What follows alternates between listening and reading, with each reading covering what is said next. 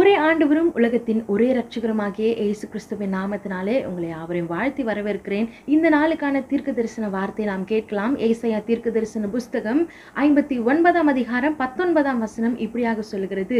வெள்ளம் போல சத்துரு வரும்பொழுது கர்த்தருடைய ஆவியானவர் அவனுக்கு விரோதமாய் கொடியேற்றுவார் என்று சொல்லி வேதவசனம் சொல்லுகிறது. எனக்கு அன்பான தெய்வஜனமே, நம்முடைய வாழ்க்கையிலும் கூட சத்துருவானவன் பல நேரங்களிலே வெள்ளம் போல சூழ்நிலைகளை நம்முடைய வாழ்க்கையில ஏற்படுத்தி விடுவான். இந்த வெள்ளமானது மழை காலங்களிலே யாரும் எதிர்பார்க்காத நேரத்துல வந்துவிடும். அது வந்து போன இடத்தை பார்த்தீங்கன்னா முற்றிலுமாய் சேதமடைந்திருக்கும். அந்த இடம் முழுவதுமே பாழாய் போன நிலைமையில காணப்படும். நாம் அநேக நேரங்களிலே வெள்ளம் வரும்பொழுது இப்படிப்பட்ட சூழ்நிலைகளை நாம் பார்த்திருக்கிறோம்.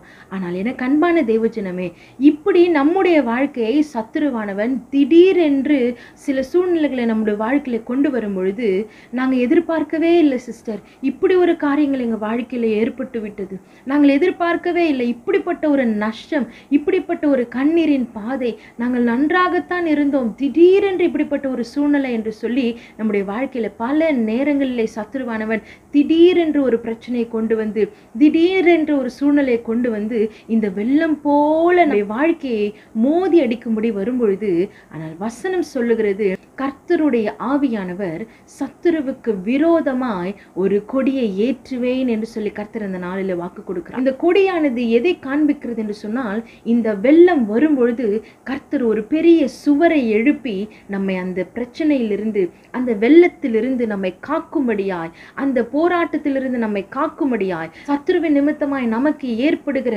திடீரென்று ஏற்படுகிற ஒரு பெரிய பிரச்சனையிலிருந்து காக்கும்படியாய் கர்த்தருடைய ஆவியானவர் என்ன செய்ய போகிறார்? சத்துருவுக்கு விரோதமாய் ஒரு கொடியை ஏற்ற போகிறார். நமக்கு பாதுகாப்பாய் கர்த்தர் நிற்க போகிறார். திடீரென்று வருவதை நாம் அறியாமல் இருக்கலாம்.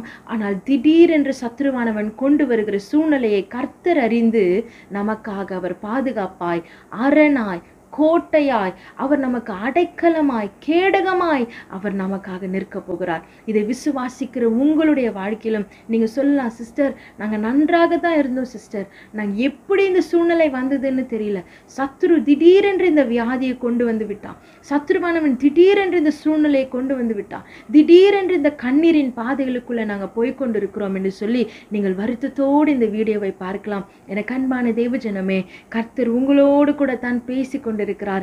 நிச்சயமாய் கர்த்தர் உங்களுக்காக ஜெய கொடியை ஏற்ற போகிறார். சத்துரு எந்தெந்த இடமெல்லாம் பாழாக்கி போட்டானோ, எந்தெந்த சூழ்நிலைகளை பாழாக்கி போட்டானோ, எந்தெந்த இடங்களை நஷ்டப்படுத்தி போட்டானோ, வெள்ளம் வந்து போன இடம் எப்படி பாழாய் கிடக்குமோ அப்படிப்பட்ட சூழ்நிலையில, பாழாய் போன நிலைமையில உங்கள் குடும்பங்கள் காணப்படலாம். ஆனால் கர்த்தருடைய ஆவியானவர் இந்த நாளிலே உங்களுக்காக வைராக்கியம் கொண்டு உங்களை காக்க போகிறார், உங்களை பாதுகாக்க போகிறார்.